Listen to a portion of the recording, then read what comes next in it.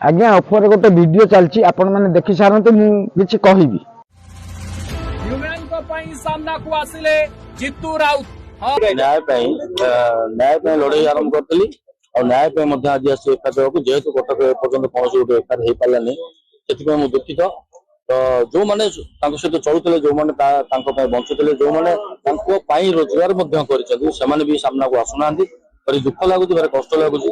तो आज एफआईआर देवार कारण कहीं सी भी जमी कलाकार आम मैंने सी कलाकार जमी अवस्था है अन्य कह न हो जाऊ से तदंतर आवश्यकता अच्छी सांग मैंने पुणी गोटे वीडियो सत कथा जन कर फिल्म इंडस्ट्री आ कौन लोक ना